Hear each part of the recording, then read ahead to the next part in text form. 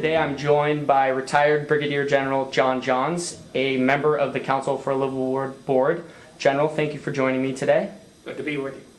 My question for you is, as we approach the election of a new president, we are going to be confronted with the need for a new strategy. What do you think that our national security strategy should look like moving into the new presidency and hopefully moving towards the end game of the Iraq War?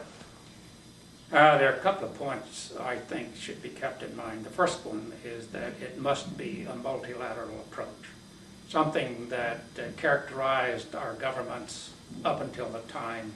Basically, Ronald Reagan got a little away from it, but this president has pretty much thumbed his nose at multilateral approaches. It must involve the rest of the world.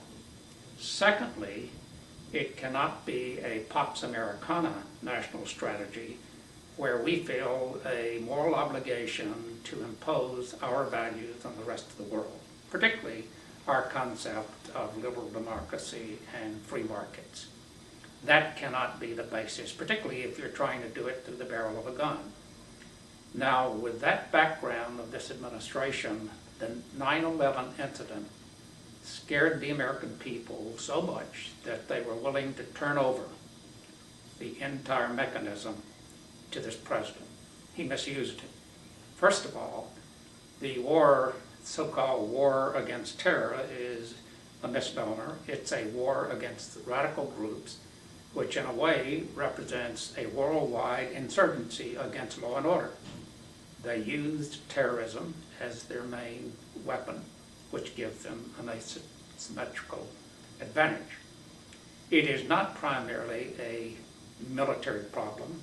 It is basically a war of ideas. And the war of ideas is competing for the population that lends support and sympathy to one side or the other. You're never going to be able to persuade the radicals because there's too much hatred. But what you have to do is shrink their base of support around the world so that intelligence and police actions can pinpoint how to use force. And that is the war we are losing.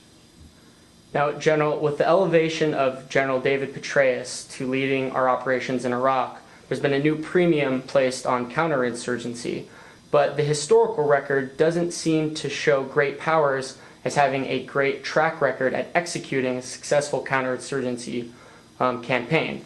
How would you evaluate the historical record, and how does that affect what we're doing in Iraq? Sure. I served 4 years on the Army General Staff in the 60s during the Vietnam conflict. All of my research and my analysis, including a tour in Vietnam, convinced me that U.S. combat forces, foreign forces, simply cannot put down a well-motivated insurgency. I think it's mission impossible. If it could have possibly worked in Iraq, it would have only been if we had gone in with 300,000 or 400,000 troops, had kept the Iraqi military in place, had kept the Iraqi police force in place, kept the civil service institutions in place. We didn't do any of that. We destroyed it. I hope that General Petraeus has some success. My heart is with him. My head says it is mission impossible. I don't think there is a 5% chance that he can make a meaningful difference there. There may be some temporary progress, if you want to call it that, by pushing down on the balloon in Baghdad and pushing it out other places. It is way too late to do that. Way too late to do it.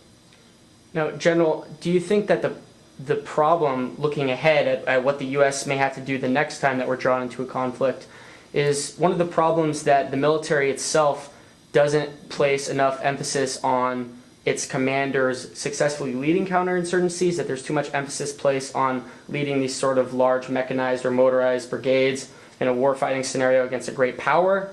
Do you think that the Army and the troops need to teach themselves how to be more involved with the culture on the ground and learn language? Will that help us in the future? military strategy derives from national security strategy. If the national security strategy called for the military going in with combat forces and doing what we've done in Iraq, that's one thing. To me, that would be a mistake.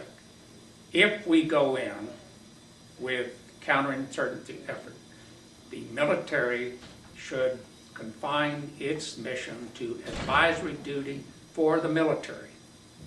The State Department and other civilian agencies have to do part of a country team to advise institution building, economic development, political institutions themselves. The U.S. military should confine counterinsurgency to an advisory role to the indigenous military.